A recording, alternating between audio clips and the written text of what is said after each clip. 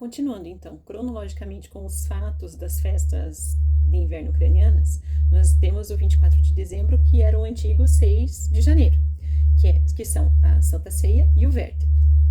Então, a véspera de Natal, ela começa com as festividades do Vértice, que é um teatro.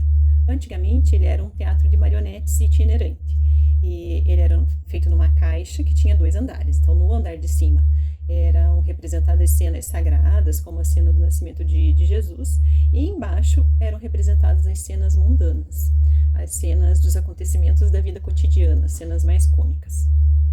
E o que guiava o vértice, né, como ele era um teatro itinerante, o que guiava esse vértice era a Zirca, que é aquela estrela que gira, brilhante, com sons, com luzes, que simboliza a luz divina, que simboliza o sol.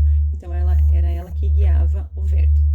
Hoje em dia, o vértice não é mais um teatro de marionetes, ele é um teatro vivo. Então as pessoas se vestem com as roupas de cada papel, de cada função do teatro, e seguem então de casa em casa.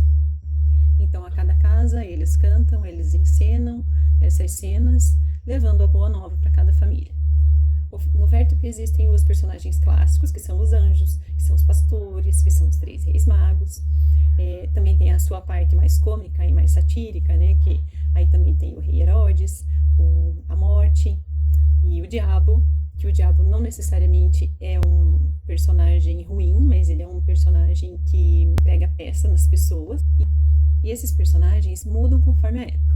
Então os tradicionais são o rei Herodes, que é quem tem o poder, quem é cruel e quem sempre é a culpa. A morte, que geralmente ela carrega uma foice e é quem leva o rei Herodes, por merecimento. Aí tem o diabo, que ele é trapaceiro e vive pregando peças nas pessoas. O Cossaco, que é o herói central da parte terrena, né, do vértice, ele é quem personifica então a coragem, o patriotismo e o humor ucraniano.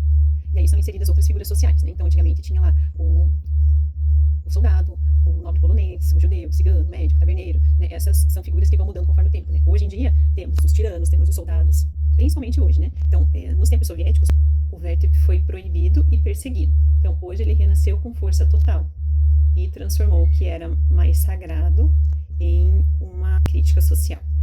Essas apresentações, elas então iniciam na véspera de Natal e elas continuam até no dia 6 de janeiro, quando é celebrada a Epifania, que é o batismo de Jesus. Juntamente com essa data, né, no dia 24 de dezembro, é celebrada a Santa Ceia.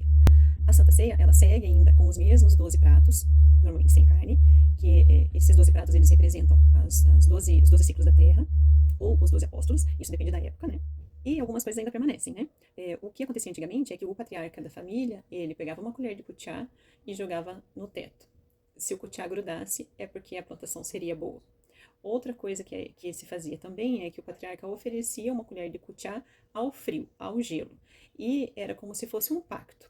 Então, ele oferecia, e se não tivesse resposta, se o gelo não quisesse aquela colher de cutiá, então o pacto era que ele não voltasse na primavera. Ou seja, que ele não, que a geada e que o frio não matasse as plantações, que a plantação fosse farta. Outro hábito que ainda permanece na Santa Ceia é ter o didu, que é o feixe de trigo ornamentado, que representa um ancestral. Então, hoje ainda as pessoas celebram com os 12 pratos e com o didu, que tem o seu especial lugar à mesa. Mas claro que hoje a gente vê muitas famílias ainda fazendo a Santa Ceia ou no dia 24 ou no dia 6 e não há problema, porque as pessoas ainda estão se acostumando a essa mudança de calendário.